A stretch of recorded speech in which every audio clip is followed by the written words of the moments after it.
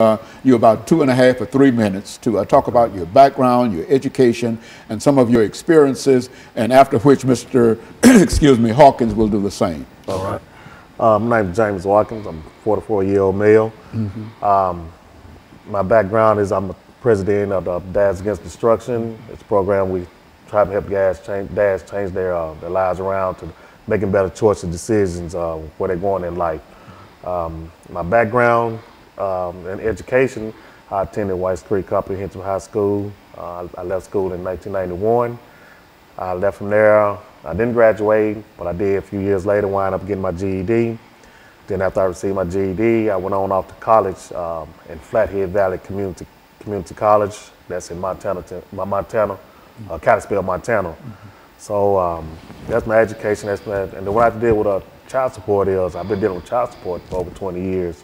I have 2 adult kids, and the situation with that is the way it's been explained to me is I'll be paying child support, the rest of my life due to the way the state has set things up to where that you're not just only paying child support, but you also paying interest fees and back this and back that, and to where I'm paying more to the state than I'm paying to the child support right now.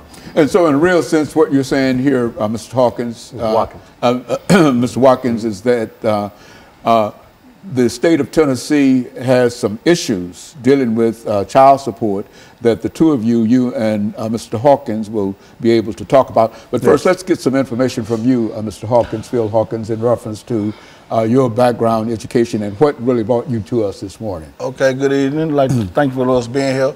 I'm Phil Hawkins, the CEO of Dads Against Destruction. What brought us here is that it's time for us to stand up, man up, and get this out. A lot of men don't even want to work no more these days. So we out here now trying to advocate for the men, to get the men back in the household and get the system back. Right now, the system trying to raise our kids, and it can't happen like that. And so in a real sense, let's since you've been involved with child support in the state of Tennessee for quite a while, let's give our audience some information in reference to what we mean in reality when we say child support in Tennessee, who has to pay it and how much you have to pay it and how long you have to pay it. Let's do it from that perspective. The way it's set up, from my understanding, it's supposed to be for 18 years until your child turns 18 years old. Then it can go even further because of they're going to college and stuff. I can understand all that, but situations in life happen. Man's job might slow down at different points of the season to where he's not able to make his whole payment, or he might lose a job, or just things happen. But that doesn't stop child support from running. And as it keeps running, if you miss, it's like a credit. If you miss a payment, if you don't pay your whole full balance, they're gonna charge you a late fee. And this is how I feel about it, because I'm paying late fees every day, all day long, because of I'm just might be slow on getting the payment, makes me slow at work and stuff, and I'm not even making a payment. But it's just a system to where it's like it makes you feel like the state getting more out of it than the child is.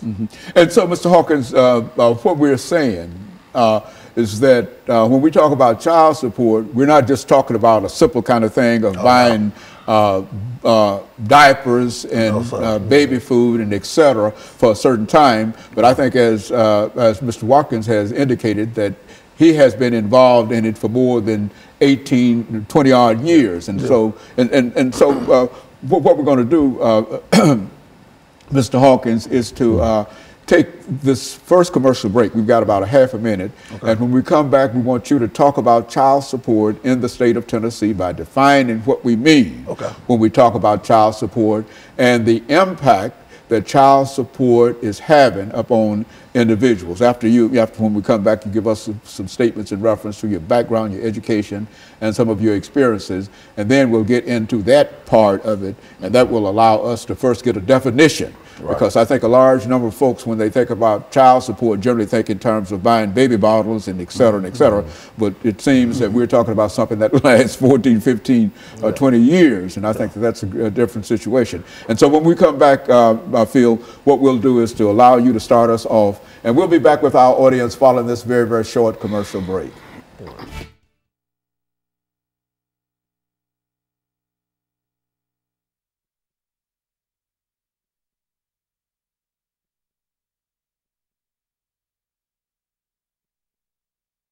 about child support in Tennessee, this is where you start, because you're going to have 4 minutes at least before you turn it over to him.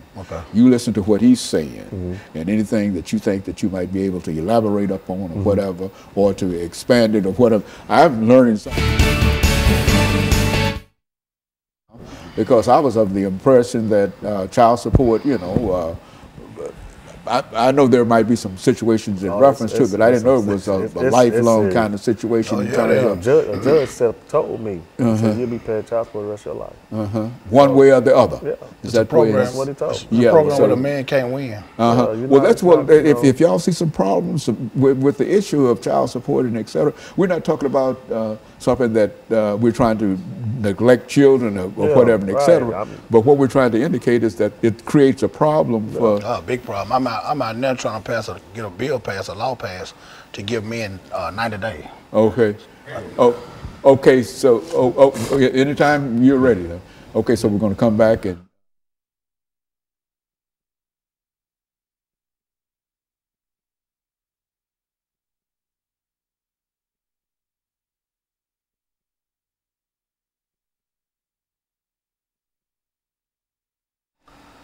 Thank you, and welcome back to the second segment of the show for today. The topic is child support in Tennessee, and we have with us to talk about child support in Tennessee, Mr. James Watkins and Mr. Phil Hawkins. And so, Mr. Hawkins, let's see if we can get some information from you, because we were unable to get it the last time, from you in reference to your background, your education, and some of your experiences that led you to us this morning, and then make some statements in reference to child support in Tennessee, and then we'll move to Mr. Watkins and allow him to sort of finish this segment for the morning. Okay. Well, I came out of Glencliff High School, like my buddy here, didn't graduate, went through the system to graduate, get GED, and just got, you know, going through life changes, ups and downs. But we also been in the child support system, like he said, 20, 30 years, but we can't win, you know, and it's time for us to take back our stand on it. We keep falling for everything. We got to stand for something. And this child support thing, it got to be, well, the average man these days don't even want to work a job. You know, they taking half his check, the child at home don't get the money, the state taking all their money, and then you left with $100, $200 to feed for 2 or 3 kids. So that's what we man know. We taking up back our lives. We're addressing the issues now. It's time for us to, you know, do what we need to do to get these fathers back home. Maybe we stop some of this gun violence, you know, because the father's not there, he can't raise his kids. But if you bring a father in, he can discipline his kids. The state can't do it by itself no more.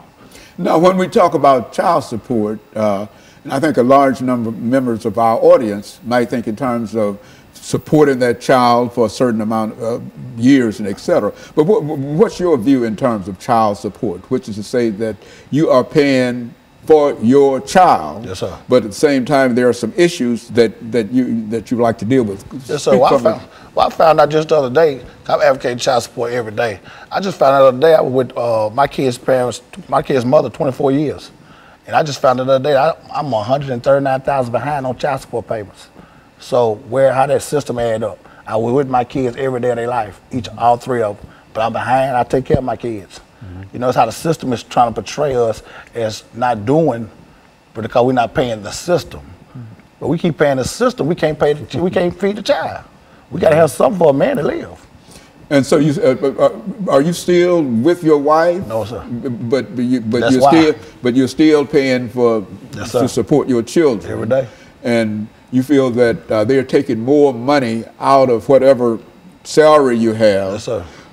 And some of that money does not go to the child. None of the money go back. But the money, for the most part, goes to the state. Yes, sir. What do you think about that, Mr. Watkins? I mean, it's true. As you just asked me, about going towards child, it's true. I've had the mother call me, ask me, well, when is your job going to send the money? I said, what do you mean? It's coming out of my check. Well, they send it when they want to send it. And it causes conflict within the household. I've lost a house. I lost my family. I've lost cars. I've lost jobs and everything. I've lost my freedom over child support.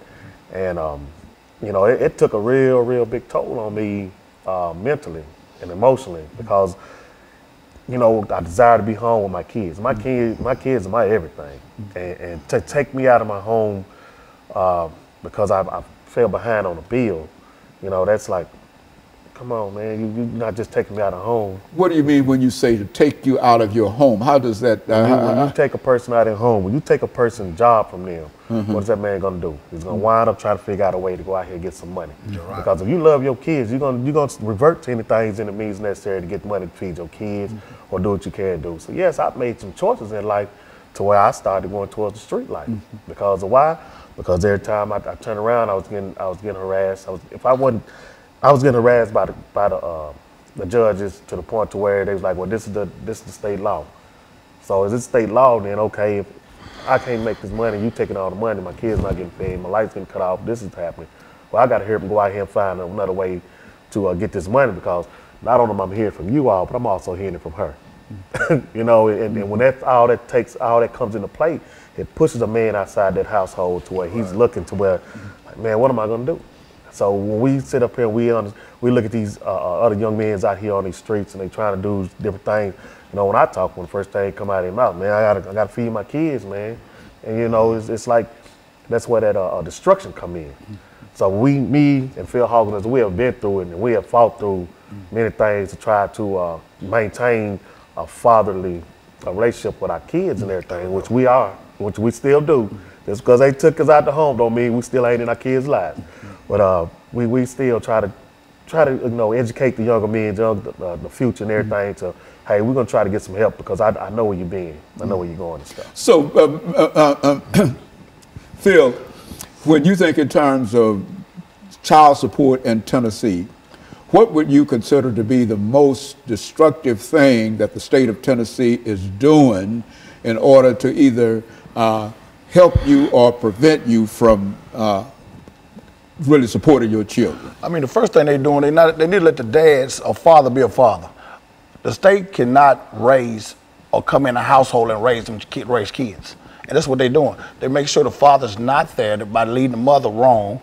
Make sure the father not there. So there you go. You got a son and daughter just being raised by the system. And we already know that's going to lead to a broken cycle. So we out here now trying to bring that cycle to fix the broken cycle. You know, to get this right, bring the fathers back in the home, take care of the kids, take care of their families. It's just a man-up process. You know, we need help with it.